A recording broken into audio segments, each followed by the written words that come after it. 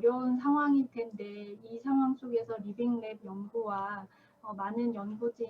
또 주관기관 또 참여기관 여러분들께서 연구하고 계시는 것을 굉장히 대단하다고 생각이 되고, 저는 사실 이제 오늘 발표와 먼저 이제 공유해 주셨던 자료들을 보면서 이 연구 주제가 굉장히 뭐 선구적이라면 선구적이고 선도적인 주제를 가지고 하는 만큼 앞으로 또 진행을 하시면서 또 고민해 보실 필요가 있는 부분들에 대해서 보육과 뭐 영유아 발달 교육을 전공한 사람으로서 좀 의견을 드리고자 합니다. 우선 크게 두 가지를 생각을 해봤으면 좋겠다는 생각이 들고요. 그거와 관련해서 이제 세부적으로 제가 궁금했던 점들을 좀 말씀드리고자 합니다. 우선 크게 스마트 어린이집 모델 개발이라고 되어 있습니다. 연구 주제가. 또 그리고 실증, 그에 관한 실증인데, 우리가 스마트폰 하면은 모두 다 알고 있죠. 스마트폰이 무엇이라는 것을. 그러니까 이게 사전에도 이미 정의가 되는 것처럼 스마트폰이란 휴대전화의 인터넷이나 어떤 정보 검색 기능, 그러니까 컴퓨터 기능을 추가한 지능형 단말기다, 이렇게 정의가 되어 있는데요. 스마트 어린이집 모델 개발을 한다고 한다면 이제 기존에 있는 어린이집에 어떠한 스마트 기능들이 들어가는가 하는 궁금증을 일반 사람들은 갖게 될 것이라고 생각을 합니다. 저도 일단은 스마트 어떤 기술적인 부분들이 어떤 요소에 들어갈까, 그 보육 환경이나 아이들의 어떤 그런 전반적인 보육 과정에 있어서 어떤 부분에 그런 기능들이 결합될 수 있을까, 이렇게 고민을 하면서 살펴본 결과, 그 안내된 거에는 뭐 지능형 CCTV 도입이라든가 스마트 플랜테리어, 또 스마트 기록 벽면, 스마트 블러 활용, 이런 것들이 이제 좀 제한이 되어 있었습니다. 근데 아까 육아정책연구소 박상희 소장님께서도 말씀하셨지만 이 스마트 어린이집을 오늘 발표도 들으면서 하지만 이렇게 기존에 있는 어린이집에서 추구하는 교육과정의 방향, 놀이 중심, 친환경적인 활동 중심, 이런 내용들이 스마트의 어떤 IT 기술들과 이렇게 막 접목되어 있어서 앞으로 물론 나아가야 될 방향에서 틀린 것은 아니라고 말씀드릴 수 있지만, 정확히 스마트 기능을 어떤 부분에서 활용을 하고자 하는 것이 정확한 이 연구 주제의 의의가 될 수 있을까 하는 고민이 됐습니다. 이제 환경이나 공간의 개선, 그런 것들에 대한 발표를 많이 들으면서 정말 요즘 그렇게 많은 시도들이 있고 그런 부분들이 굉장히 IT 기술이나 어떤 예술 융복합적인 어떤 활용에 있어서도 어린이 박물관이나 이런 데서도 보면 그런 스마트 기능들이 활용돼서 아이들에게 그런 교육 환경이나 공간을 제공하는 여러 좋은 예들을 많이 볼 수가 있는데요. 여기 아까 발표에서 나왔던 스마트 플랜테리어 같은 경우에는 사실 미세먼지 측정이라든가 조금 공기의 질을 좋게 한다거나 하는 그런 기능 외에 다른 어떤 의미가 있을까? 그러니까 아까도 얘기가 나왔던 것 같은데, 아이들을 주체로서 아이들의 인권이나 아이들의 발달권, 교육권 입장에서 봤을 때 그 공간에 있는 식물 자체가 아이들에게 실질적으로 활용될 수 있고 아이들이 직접적으로 만져보고 길러보고, 그러니까 기존의 교육과정이나 보육과정에서는 아이들이 직접 교실에 화분이 있으면 그것에다 물을 줘보고 또 그것이 어떻게 자라는지 살펴보고 그런 것들 아이들이 직접 관찰하는 기능, 교육적인 어떤 기능이 있었다면, 지금 이제 우리가 좋다라고 생각해서 이렇게 설치한 이런 공간의 어떤 요소들이 과연 아이들의 교육과 보육의 입장에서 어떤 의미가 있고 도움이 될 수 있을까라는 그런 의문점이 들었고요. 그래서 같이 고민을 해봐야 될 부분인 것 같고, 또 최근에 이제 과학 인재 양성이 너무나 중요하고 그쪽 일자리가 많아지는 그런 트렌드가 있기 때문에 세계적인 관심이 스템 교육, 스팀 교육에 이제 몰려 있고 또 국가의 교육 정책으로서 이제 추진되는 부분들이 있습니다. 그 과정에서 이제 관련된 교구 업체들이나 이런 데서 이제 스마트 블록 같은 것들도 많이 개발이 되고 교육 현장에서 이제 사용되고 또 그것에 대한 효과 검증이 일어나고 있는데 그런 스마트 블록이나 그런 스마트 교구 교재들이 기관에 있는 것도 중요하지만 단순히 그런 구비 여부가 중요한 것이 아니라 교사들조차도 그런 것들에 대한 미리 어떻게 활용할 것인지에 대한 그러니까 세대가 완전히 다르잖아요. 교사들과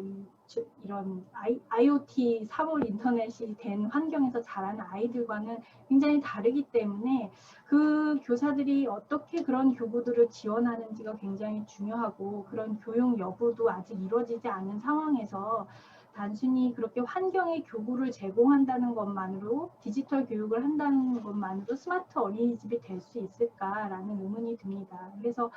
우리가 이 스마트 어린이집이라는 큰 주제 하에 이런 모델 개발을 할 때는 이런 스마트 어린이집의 개념에 대한 여러 그 연구진들의 개념 정의, 그 다음에 추후 모델로서 어떻게 보급을 할 때 어떤 것들이 정말 스마트 어린이집인가에 대한 고민이 좀 필요하다라는 생각이 일단 크게 들었고요. 또 이제 진행해온 그 과정들을 아까 그 시흥시 어린이집 원장 선생님께서 잘 말씀해 주셨는데요. 이 이제 자료들을 저는 이제 주로 자세히 들여다보면서 그 스마트 관찰 노트인가요? 그게 이제 굉장히 활용되기를 기대한다라고 말씀을 하셨는데 그 과정에서 이제 얻어지는 데이터가 아무래도 그 지능형 CCTV를 통해서 아이들의 활동성이나 뭐 사회관계도 이런 것들이 이제 파악이 되는 것으로 보입니다. 그리고 그 공유해 주셨던 자료 중에는 그 발달에 대한 어떤 수치 표시 같은 것들도 있었는데 이런 것들이 물론 그 나와지는 그런 여러 가지 뭐 행동이나 이런 위치나 이런 것들을 수치화해서 가공돼서 부모님들에게 전달이 된다고 하지만 그것이 정말 교육적으로나 보육적으로 어떤 의미가 있는지 교사와 전문가들의 어떤 검증이나 어떤 그런 검토 없이 전달이 된다면 부모님들에게도 결코 도움이 되는 수치나 정보들이 아닐 수 있고 또 그런 것들을 그냥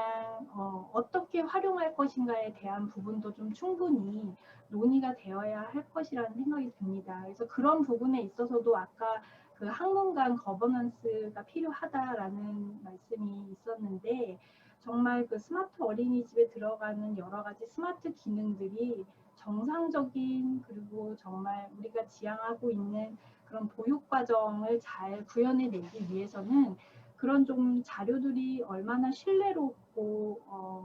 그 정말 이렇게 해석 가능한 그게 어떤 걸 의미하는지 교육적인 의미를 나타낼 수 있었으면 하는 생각이 듭니다. 오히려 이런 뭐 교사들이 이렇게 지금도 이미 보육교사와 유치원 교사의 아까 격차 완화가 큰 지금 국정과제 그리고 그런 주제 중에 하나인데 그 이미 어린이집 교사들이 항상 유치원 교사들보다 업무량이 많다라는 얘기를 하시거든요. 근데 그 와중에 지금 물론 리빙랩을 실제로 하고 계시는 원장님들과 교사 선생님들이 더 잘 알고 계시겠지만 굉장히 이 선생님들이 검토해야 되는 자료들이 더 많아지고 또 입력해야 되는 내용들이 더 많아지고 그렇게 된다면 굉장히 업무적인 부분에서 과할 것으로 보이게 됩니다. 그래서 이런 것들이 좋은 모델로 나오지만 결국엔 이게 보급이 되고 실질적으로 활용이 되려면 교사들이 이렇게 좀 수고를 하시더라도 그것이 정말 갖고 오는 그런 결과에 대한 당위성이나 모든 좀 활용에 있어서 납득할 만한 그런 신뢰로운 자료를 제공을 해야 되는데 그런 부분에서 어떻게 검토가 되고 있는지 그런 것들이 조금 고민이 필요하다는 생각이 듭니다. 그래서 그렇게 이제 가정과 어린이집의 연계라는 주제는 굉장히 좋은 주제지만 거기에서 그 제공되는 서비스의 양이나 형태 이런 것들에 대해서 반드시 심도 있는 전문가들의 어떤 그 협력을 통해 고민이 좀 필요할 것으로 보이고요. 뭐 크게는 그렇게 이제 두 가지를 생각해 봤고, 구체적으로는 그런 그 CCTV에서 이제 아이들 이렇게 행동들 관찰하는 부분에서 사회관계도 부분에서 이제 질문이 있는데, 아까 보여주신 영상 속에서는 굉장히 떨어져 있는 공간에서 아이들이 놀이를 하는 모습을 볼 수 있었습니다. 근데 사실 아까도 말했지만 1인당 면적이 아주 오래전에 정해지고 지금까지도 그 면적 내에서 좁게 아주 열악한 환경에서 아이들이 자라고 있는데, 굉장히 실제적으로 하루 일과를 들여다보면 아이들이 같은 공간에서 다른 놀이 주제를 가지고 놀이를 하고 있는 경우가 있거든요. 근데 굉장히 밀접한 거리이기 때문에 거리를 아마 측정을 한다면 이 아이들이 같은 놀이를 하고 있는가, 같은 공간에 있으니까 이렇게 보일 수 있는데, 굉장히 내용을 들여다보면 서로 다른 관심을 갖고 놀이를 할 수 있는 상황도 있어서, 그런 것들에 대한 어떤 자료 데이터를 어떻게 만들고 계신지, 또 뭐 가까이 있다고 해서 정말 친한 관계가 아니라 갈등 관계에 있을 수도 있는 거고 하기 때문에, 그런 상황에 있어서 어떻게 검토가 이루어지고 있는지 좀 궁금했고요. 기록 벽면 같은 경우에도, 스마트 기록 벽면 같은 경우에도 어떤 위치에 어느 정도 크기로 부착이 되어 있는지 모르겠지만, 아까 그냥 활용되고 있는 수준은 그냥 출석 체크 정도나 뭐 이런 것들이 이제 거기에 나오고 있는 걸로 되어 있는데,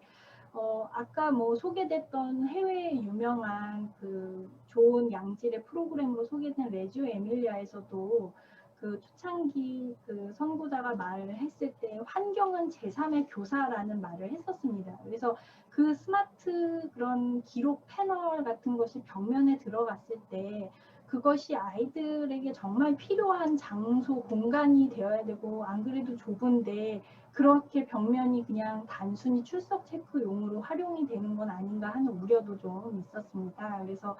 그 벽면에 설치된 그런 것들, 또 아까 뭐 그 관찰 노트랑 관련해서 뭐 누리과정 그래프 이런 것들이 예시로 있었는데, 그런 것들을 이제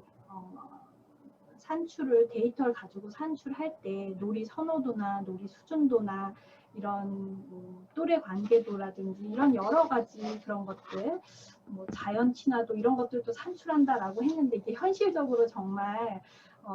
가능하고 신뢰로운 데이터인가라는 그런 것들이 제가 이제 발달을 전공한 사람으로서 또 이렇게 궁금한 점이 생겼습니다. 네, 그래서 뭐 앞으로도 계속 진행해 주시겠지만 그런 것들을 좀 염두에 두시면서 진행해 주시면 좋은 모델이 나오지 않을까라고 생각합니다. 이상